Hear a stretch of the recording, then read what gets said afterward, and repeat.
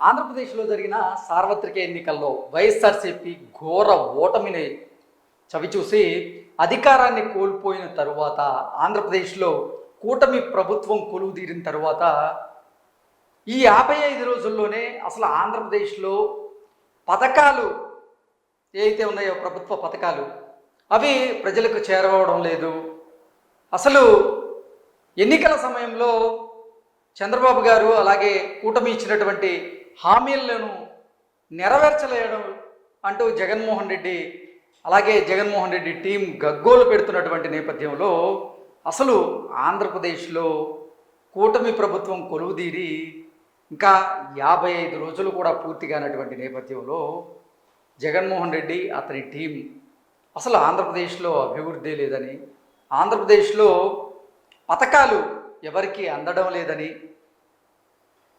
చంద్రబాబు గారు ఇచ్చినటువంటి హామీలను తొంగలో దొక్కుతున్నారు అనే రీతిలో జగన్మోహన్ రెడ్డి అతని టీం గగ్గోలు పెడుతున్నటువంటి నేపథ్యంలో అసలు జగన్మోహన్ రెడ్డి తన 5 ఏళ్ల పాలనలో ప్రజలకు, ఆంధ్రప్రదేశ్ ప్రజలకు ఎటువంటి పథకాలను అందజేశాడు, ఎప్పుడెప్పటి నుంచి అందజేశాడు, అలాగే కూటమి ప్రభుత్వం కొలువుదీరిన తర్వాత ఈ 50 రోజుల్లో ఎటువంటి పథకాలను కూటమి ప్రభుత్వం ప్రజలకు అందజేసింది అనేది ఒకసారి మనం చూసేటువంటి ప్రయత్నం చేద్దాం. జగన్ పాలనలో ఏ పథకాలు అమలు ఎప్పుడు జరిగాయి అనేది కనుక మనం ఒకసారి కనుక చూసుకున్నట్లయితే వైఎస్ఆర్సీపీ అధికారంలోకి వచ్చింది 2019 జూన్లో. అయితే ఆ తర్వాత 2019 అక్టోబర్లో రైతు భరోసా పథకం అమలు చేశారు. అంటే జూన్లో అధికారంలోకి వస్తే జూలై నెలలో ఆయన చేసింది ఏమీ లేదు. ఒక పథకం కూడా అమలైనట్లుగా ఎక్కడ మనకైతే కనపడలేదు. 2019 అక్టోబర్లో మాత్రం 2019 అక్టోబర్లో మాత్రం రైతు భరోసా ఈ పథకం మాత్రం అమలైంది.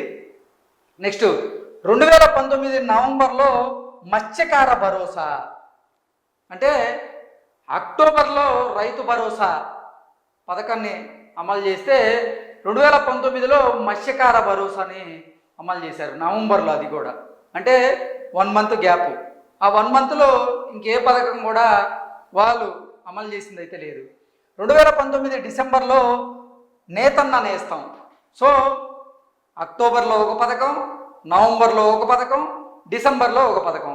అక్టోబర్లో వచ్చేసి రైతు భరోసా పథకం, నవంబర్లో వచ్చేసి మత్స్యకార భరోసా పథకం, అలాగే 2019 డిసెంబర్లో వచ్చేసి నేతన్న నేస్తం. అంటే నెలకొక పథకాన్ని ఆయన అమలు చేస్తూ వచ్చారు. అలాగే ఇది మనం ఇప్పటిదాకా మాట్లాడుకుంది 2019 విషయం. 2020లో వచ్చేసరికి జనవరి నుంచి అమ్మఒడి పథకం అమలైంది ఆంధ్రప్రదేశ్లో. నెక్స్ట్ 2020 ఫిబ్రవరిలో వచ్చేసి వసతి దీవెన అనేటువంటి పథకాన్ని అమలు చేశారు. నెక్స్ట్ మార్చిలో 2020 మార్చిలో చూసుకున్నట్లయితే ఒక్క పథకం కూడా లేదు ఆయన అమలు చేసింది. 2020 ఏప్రిల్లో మాత్రం విద్యా దీవెన ఈ పథకాన్ని ఆయన అప్పటి నుంచి అమలు చేయడం ప్రారంభించారు. అలాగే 2020 ఏప్రిల్లో 0 వడ్డీ పథకాన్ని కూడా అమలు చేయడం ప్రారంభించారు. నెక్స్ట్ 2024 జూన్లో 2020 ఏప్రిల్లో 0 వడ్డీ. అంటే ఆయన అధికారంలోకి వచ్చిన తరువాత ఒక్కొక్క పథకానికి అమలు చేసేందుకు కనీసం 1 రోజుల పైనే సమయం తీసుకున్నటువంటి నేపథ్యంలో ఇప్పుడు అసలు ఆంధ్రప్రదేశ్లో కూటమి ప్రభుత్వం ఏర్పడిన తర్వాత చంద్రబాబు గారు ప్రజలకు ఇచ్చినటువంటి హామీలను నెరవేర్చడం లేదు అనేటువంటి నెపాన్ని చంద్రబాబు గారి మీదకి నెట్టేటువంటి ప్రయత్నం అయితే చేస్తూ ఉన్నారు. ఇప్పటికే చంద్రబాబు గారు రాష్ట్రం అప్పుల ఊబిలో కూరుకుపోయింది. ఈ అప్పుల ఊబి నుంచి మనం బయటపడాలి, దాంతోపాటుగా రాష్ట్రం అభివృద్ధి కూడా చెందాలి. అసలు ఆంధ్రప్రదేశ్ ప్రభుత్వ ఖజానా అయితే ఖాళీ చేసి వైసీపీ నాయకులు వెళ్ళిపోయారు. ఇప్పుడు మనకి మన ముందు పెను సవాళ్ళు ఉన్నాయి. వాటన్నింటినీ కూడా అధిగమిస్తూ మనం ఒక్కొక్క పథకాన్ని అమలు చేద్దాం అంటూ ఆంధ్రప్రదేశ్ ముఖ్యమంత్రి చంద్రబాబు గారు చెబుతున్నప్పటికీ మీరు 50 రోజులైంది ముఖ్యమంత్రిగా ప్రమాణ స్వీకారం చేసి ఇప్పటికీ పథకాలు అమలు కాలేదు అనేటువంటి ఆరోపణలు చేసేందుకు వైసీపీ నాయకులు అయితే ముందుకొస్తున్నటువంటి నేపథ్యంలో అసలు 2024 జూన్ 12న కూటమి ప్రభుత్వం ఏర్పాటైంది. ఆ ప్రభుత్వం ఏర్పాటైన దగ్గర నుంచి ఆంధ్రప్రదేశ్లో కూటమి ప్రభుత్వం ఏ పథకాలను అమలు చేసింది అనేది మనం ఒకసారి చూసేటువంటి ప్రయత్నం చేద్దాం. జగన్ ప్రభుత్వంలో పెన్షన్లలో అంటే వృద్ధాప్య పెన్షన్లు అయితేనేమి అన్ని పెన్షన్లు ఏవైతే ఉన్నాయో 1000 రూపాయలు పెంచడానికి 5 ఏళ్ల సమయం పట్టింది. కానీ కూటమి ప్రభుత్వం అధికారంలోకి రాగానే నెలలోపే 3000 ఉన్నటువంటి పెన్షన్లు ఏవైతే ఉన్నాయో వృద్ధాప్య పెన్షన్లు వాటిని 4000కు పెంచుకుంటూ పోయారు. అంటే ఏకకాలంలో ఒక నెలలోనే 1000 రూపాయలు పెంచేశారు. దాంతో పాటుగా చంద్రబాబు గారు ముఖ్యమంత్రిగా ప్రమాణ స్వీకారం చేసిన తరువాత ఈ వృద్ధాప్య పెన్షన్లు 4000 రూపాయలతో పాటుగా మరో 3000 రూపాయలు కూడా కలిపి 7000 రూపాయలు ఆంధ్రప్రదేశ్లో ఉన్నటువంటి వృద్ధాప్య పెన్షన్ల కింద 7000 రూపాయలు వృద్ధులకు జమ చేశారు.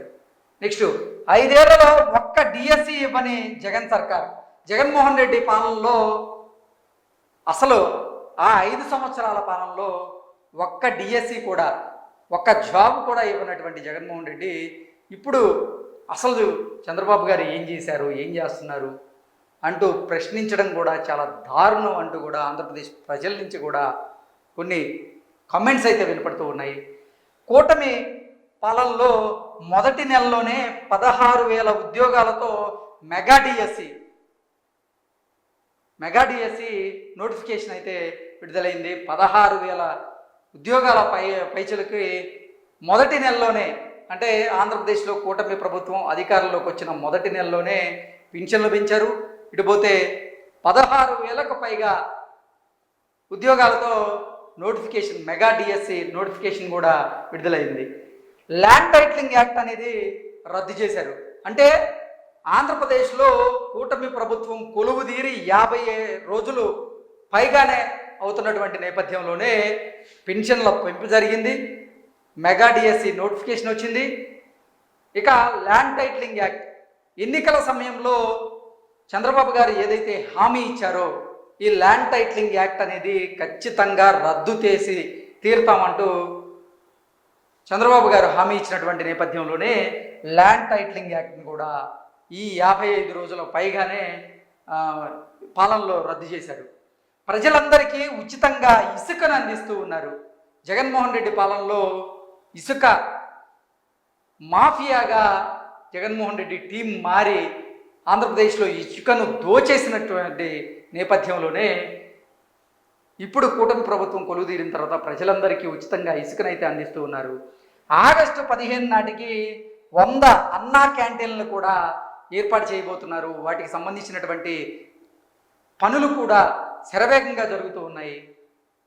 త్వరలోనే సూపర్ 6 పథకాలన్నీ అమలు చేసేలాగా ఆంధ్రప్రదేశ్ ప్రభుత్వం కూడా ఈ కార్యాచరణ అయితే సిద్ధం చేస్తూ ఉంది. కూటమి ప్రభుత్వం సంక్షేమం దిశగా అడుగులు వేస్తుంటే జగన్ మాత్రం సంక్షోభమైనటువంటి పాలనను అందించారు అనేటువంటి వార్తలు కూడా మనం చూసాం. ఇప్పుడు మనం చూసిన స్లైడ్స్ కూడా ఆ రకంగానే విశ్లేషణ చేసుకునేదాకా ఉన్నాయి. ఆంధ్రప్రదేశ్లో ఇప్పుడు చంద్రబాబు గారు ముఖ్యమంత్రిగా ప్రమాణ స్వీకారం చేసి 50 రోజులు పైగానే అవుతున్నా ఈ 50 రోజుల్లోనే ఆంధ్రప్రదేశ్ ప్రజలకి ఉచితంగా ఇసుకను ఇస్తూ ఉన్నారు. అలాగే త్వరలోనే సూపర్ 6 పథకాలన్నీ కూడా అమలు చేసేందుకు ప్రణాళికలను సిద్ధం చేస్తూ ఉన్నారు. 100కు పైగా అన్నా క్యాంటీన్లను ఏర్పాటు చేస్తూ ఉన్నారు. అలాగే ల్యాండ్ టైటిలింగ్ యాక్ట్ను రద్దు చేశారు.